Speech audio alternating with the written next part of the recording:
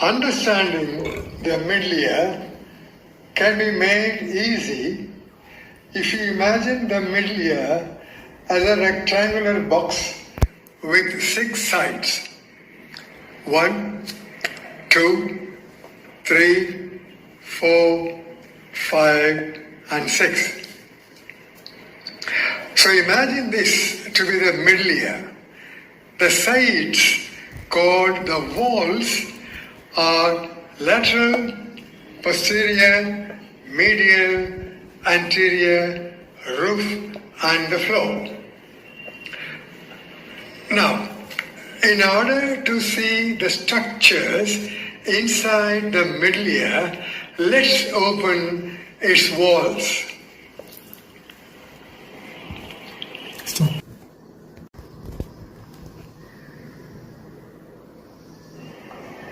This is the actual model of the left middle ear.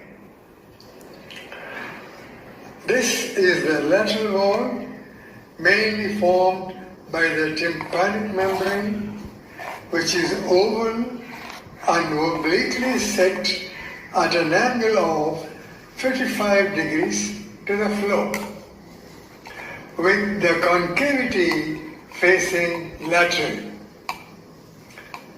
It's attached to the tympanic sulcus. This is the tympanic knot superiorly. This is pars flaccida, which is lax. From the ends of pars flaccida, the anterior and posterior malleolar folds can be seen converging towards each other. This is pars tensa, which is rigid. Now we go into the interior of the middle ear by opening the lateral wall. This is the lateral, posterior, medial, anterior walls, the roof, and the floor. The cavity is grossly divided into a large tympanic cavity proper and a narrow upper portion called the epitympanic recess or the attic. In the lateral wall, this is the tympanic membrane with the convexity inwards. The point of maximum convexity or the apex is called the umbo. This is the tympanic sulcus, tympanic notch, pars tensa, pars flaccida, anterior and posterior malleolar folds. These are the 3 ear ossicles, malleus, incus, and stapes. This is the head of the malleus, and this is the handle of the malleus attached to the tympanic membrane. This is the lateral process of the malleus giving attachment to the malleolar folds. This is the anterior process which is free. This is the body of the incus.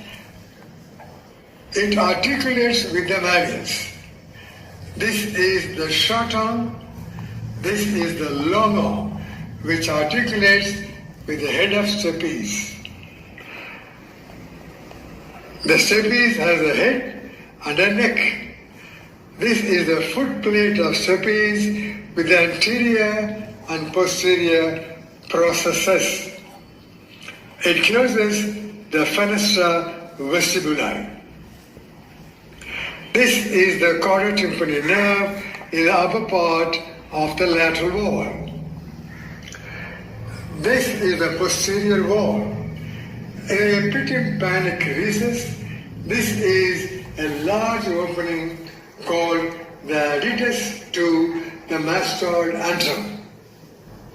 Below is the small fossa incudis to lodge the short process of the incus and attached by ligaments. In the tympanic cavity proper, we find a pyramidal projection of bone called the pyramidal eminence. It contains the stapedius muscle. This is the tendon of the stapedius muscle coming out through the apex of the pyramidal eminence. Behind the pyramidal eminence, there is a longitudinal prominence due to the facial canal containing the facial nerve, which leaves the middle ear through the stylomastoid foramen. This is a muscular branch of the facial nerve to the stapedius muscle. This is the chordotympanian nerve from. This is the chordotympanian nerve arising from the facial nerve in the facial canal and enters the middle ear through the posterior canaliculus in the posterior wall.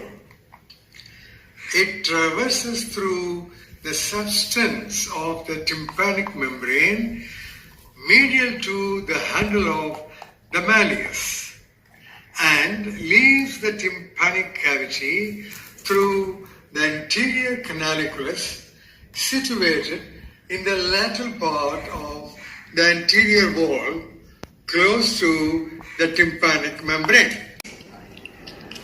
The medial wall. In the tympanic cavity proper, this is a large swelling called the promontory, lodging the tympanic plexus of nerves.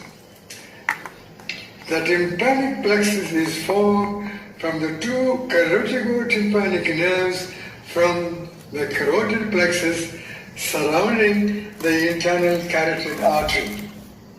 From below comes the tympanic branch of the glossopharyngeal nerve entering through the tympanic canaliculus. From the tympanic plexus arises the lesser superficial petrocell nerve.